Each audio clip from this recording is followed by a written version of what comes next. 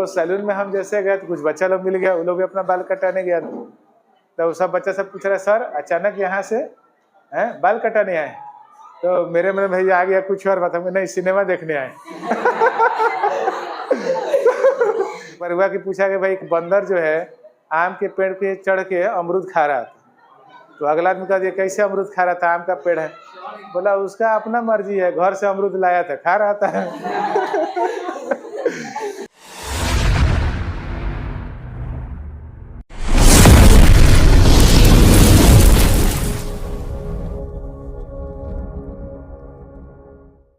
जो भी आप सवाल पूछिएगा उसको बताया जाएगा कि जो भी कॉन्सेप्ट आपने पढ़ा है उसका एप्लीकेशन कैसे क्वेश्चन के ऊपर जाके आपको करना है। ठीक है, क्वेश्चन नंबर 9 एनसीईआरटी एक्सरसाइज 12.2 से हम डिस्कस करेंगे, वहां मैंने लिख दिया है, आप ये क्वेश्चन पढ़ लीजिए।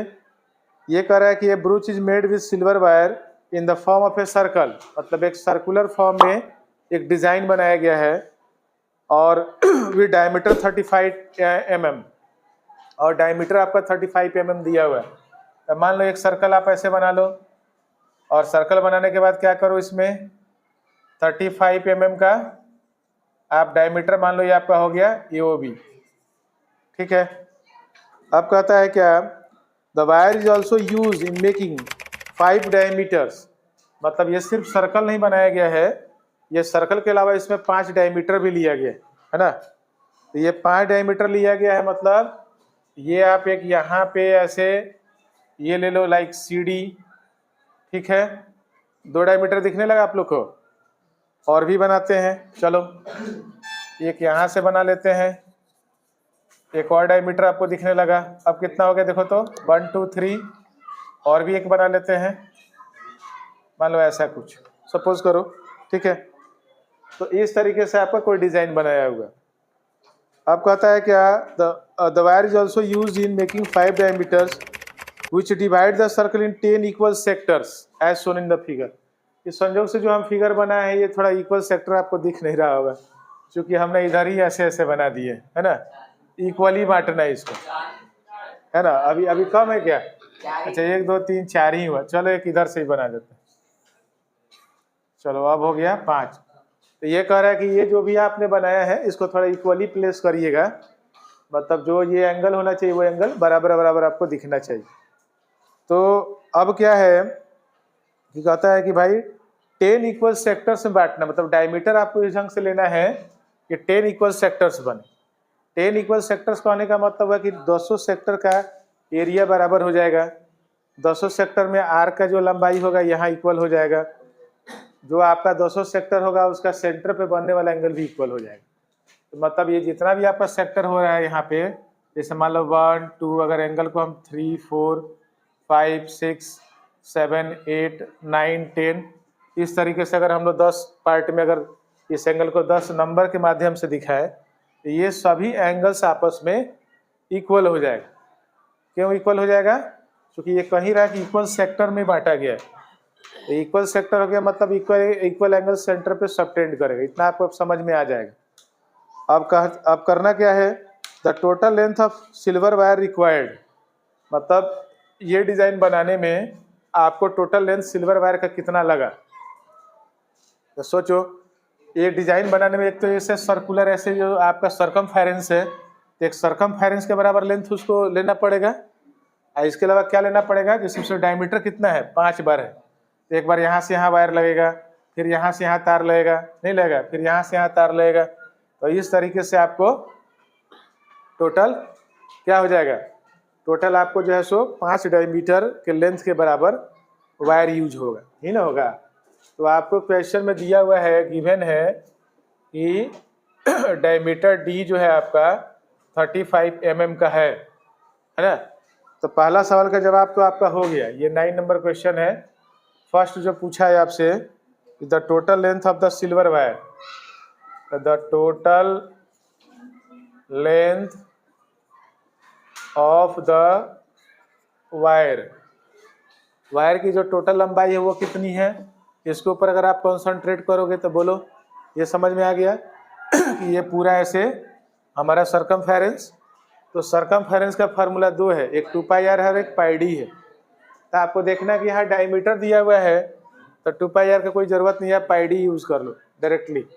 तब पाई डी है ना, और पाई डी प्लस, अब चले आओ, अब इसमें कितना बार डायमीटर यूज हुआ, 1 2 3 4 5 बार यूज हुआ।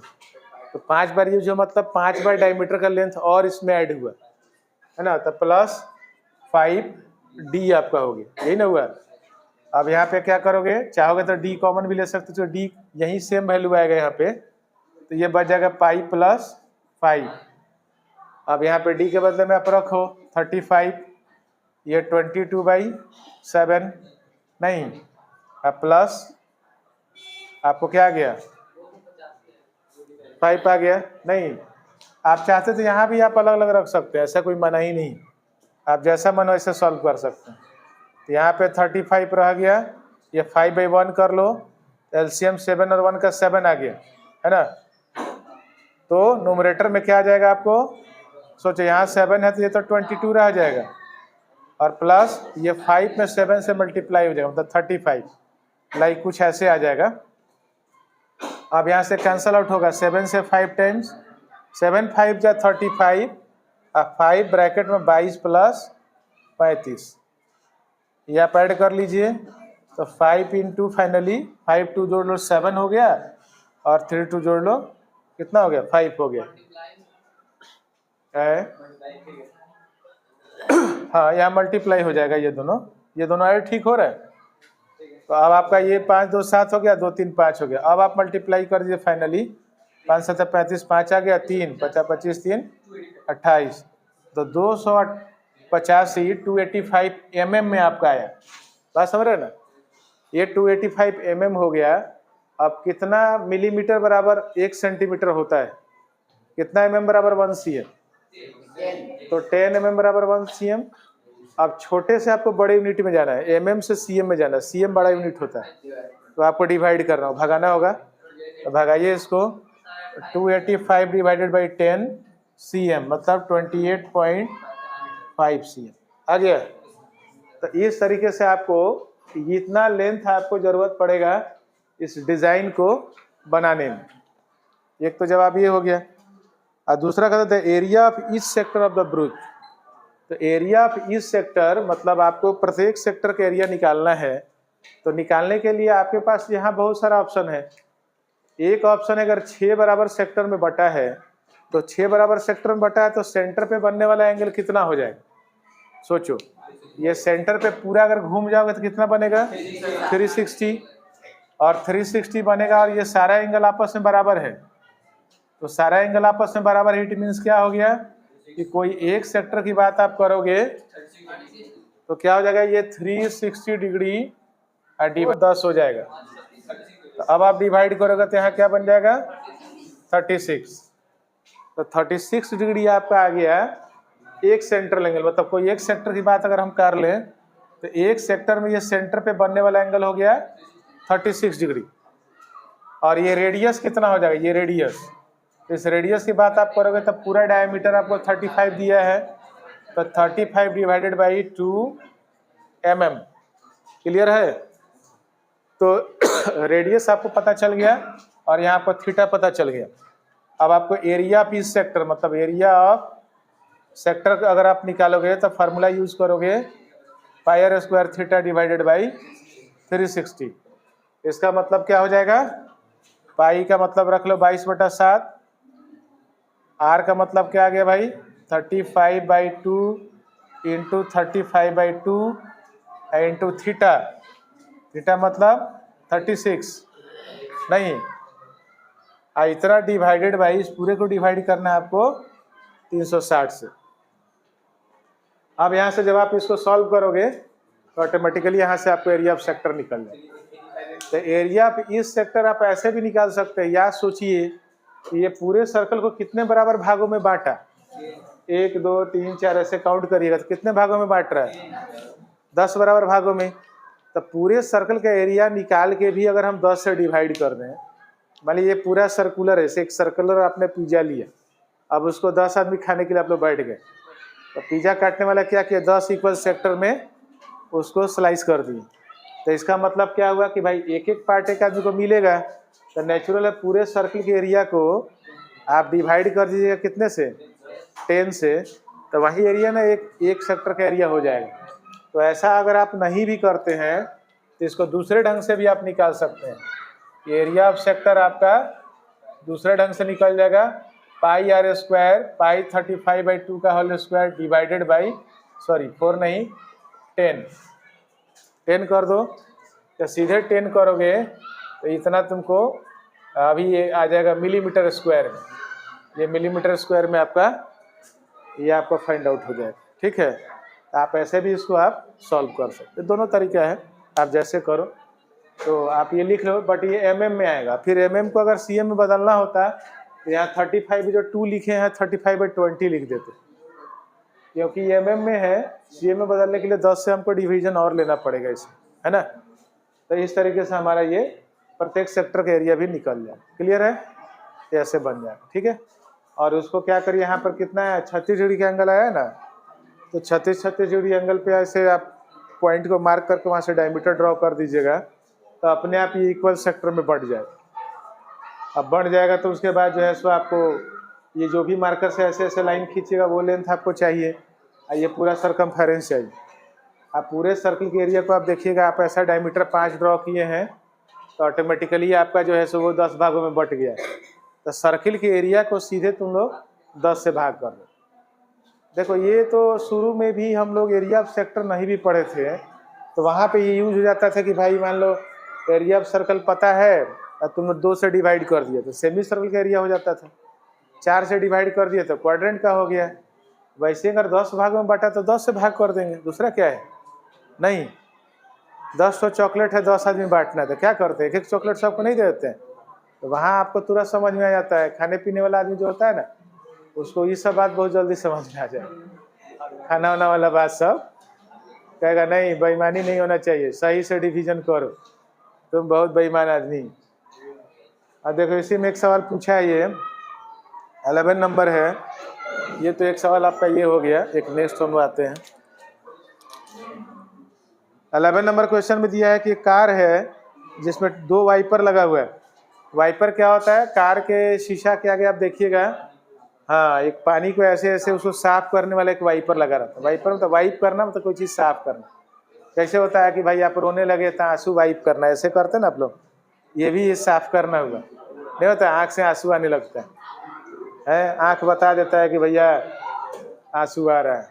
नहीं, पर हुआ कि पूछा कि भाई एक बंदर जो है आम के पेड़ पे चढ़ के अमरूद खा रहा था, तो अगला आदमी कहा कैसे अमरूद खा रहा था, आम का पेड़ है। बोला उसका अपना मर्जी है, घर से अमरूद लाया था खा रहा था। आम के पेड़ पे अमरूद क्या नहीं खाएगा, घर से अमरूद ले गया था, वो आम नहीं तोड़ा है, खा रहा है। एक इस प्रकार का एक बार ना आपको बताते हैं, एक बार रियल टाइम मेरे साथ ना एक एविडेंस था, मतलब एक ऐसा हो भी गया था मेरे साथ। एक बार क्या हुआ कि ना छुट्टी के दिन में ना बाल कटाने सैलून गए, तो वो सैलून में हम जैसे गए तो कुछ बच्चा लोग मिल गया, वो लोग भी अपना बाल कटाने गया, तो सब बच्चा सब पूछ रहा है सर अचानक यहाँ से हैं बाल कटाने आए, तो मेरे मन में भैया आ गया कुछ और बात, हम नहीं सिनेमा देखने आए। सभी सरप्राइज हो गया, हमको यार सैलून में कोई क्यों आता है, सैलून में तो आदमी बाल कटाने आता होगा, नहीं सैलून में नेचुरल हम सैलून आए तो बाल कटाने आता, सिनेमा देखने आया नहीं है। ऐसा तो है नहीं कि हम टीवी लाए लगा देंगे सैलून में, हाँ भाई चलो तुम्हें बाल कटाओ हम सिनेमा देख रहे हैं।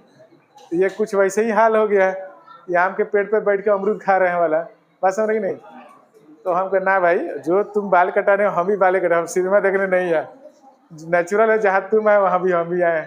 तो ये सब टाइप का भी घटना घट जाता है।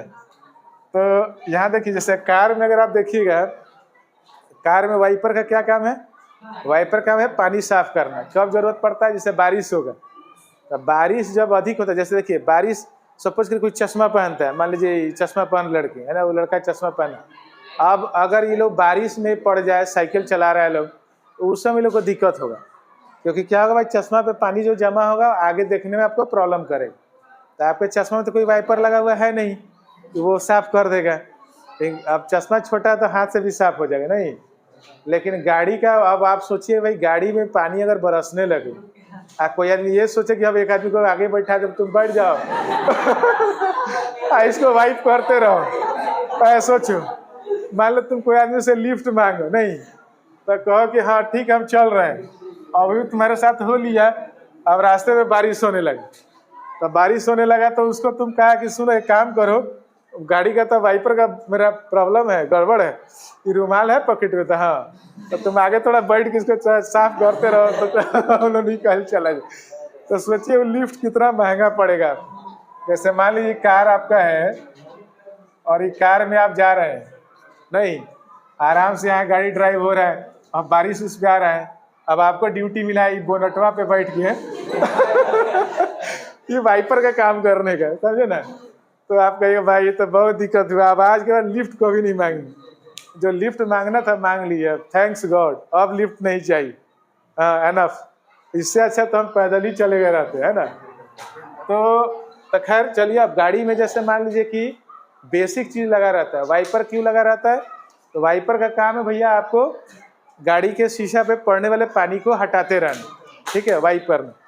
तो कोई भी जो वाइपर होता है आप ध्यान दीजिएगा, जब वाइपर वो चलता है तो आप ध्यान से आप उस पर गौर करिएगा शीशा पे, तो आपको लगे कि ऐसे सर्कुलर चल रहा है, मतलब एक सेक्टर का एरिया ऐसे स्वाइप कर रहा है, बात समझ गए ना। तो यहाँ कहता है क्वेश्चन में कि car has 2 wiper, generally car में 2 वाइपर लगा भी रहता है आगे शीशा, है ना, तो 2 वाइपर है।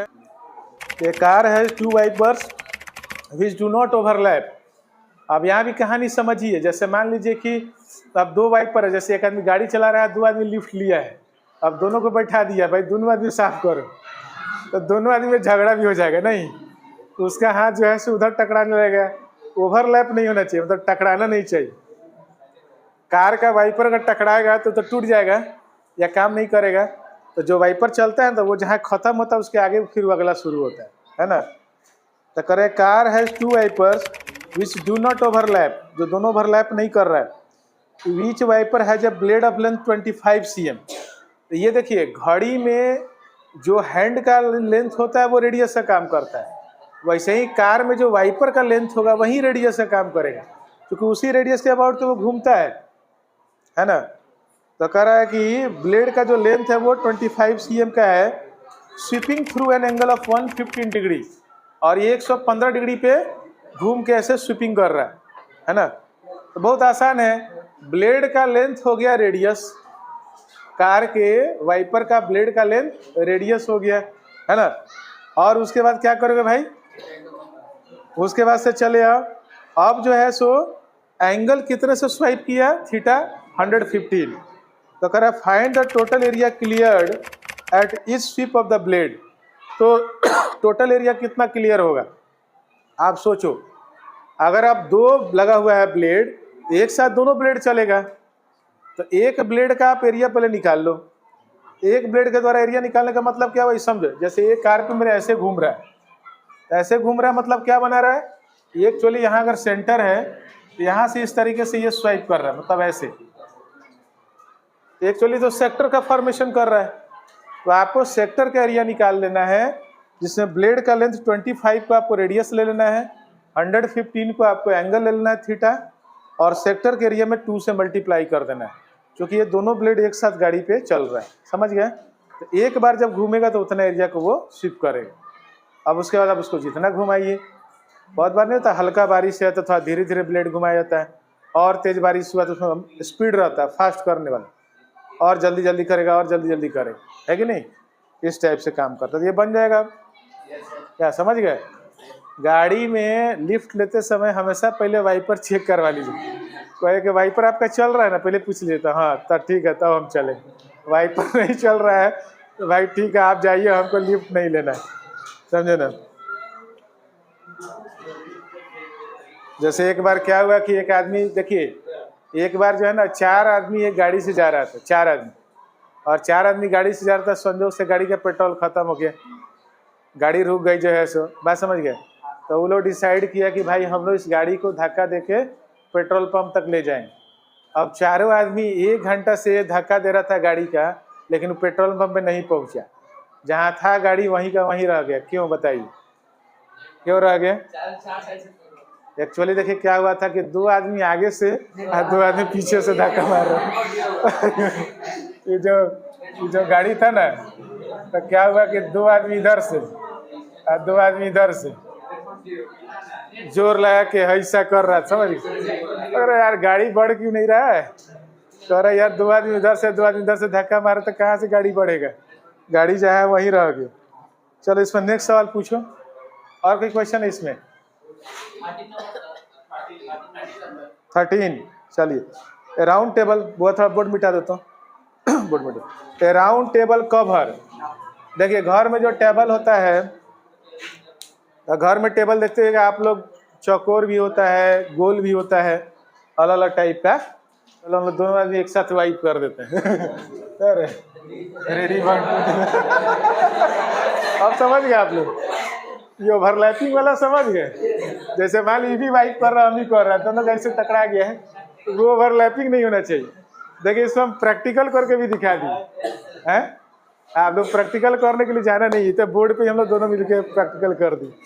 चलिए खैर अच्छा है। अब देखिए अब कहता है कि ए राउंड टेबल कवर, मतलब बता टेबल भाई अलग अलग टाइप का होता है, कहीं रेक्टेंगुलर शेप का है, कहीं स्क्वायर शेप का है, कहीं आपको राउंड टेबल है। तो टेबल को थोड़ा सुंदर दिखाने के लिए या साफ सफाई मेंटेन करने के लिए, या बहुत लकड़ी का टेबल होता है पानी वानी गिर जाए खराब हो जाएगा, तो उसके ऊपर क्या होता है भाई कवर वगैरह लोग लगा देता है ना। आप देखते हो मार्केट में बहुत सारा कवर, अच्छा अच्छा बढ़िया बढ़िया कवर सब आता है। तो कह रहा है कि round table cover has 6 equal design as shown in the figure, एक फिगर बनाया हुआ है और इसमें एक डिजाइन भी किया हुआ है वो राउंड टेबल कवर के ऊपर। मतलब एक पूरा सर्कल है आपका और उस सर्कल पे एक डिजाइन बनाया हुआ है। एक पूरा सर्कल ले लो, इसके ऊपर डिजाइन बनाया हुआ है, देखो जो डिजाइन बनाने वाला है वो मैथ का जानकार होगा।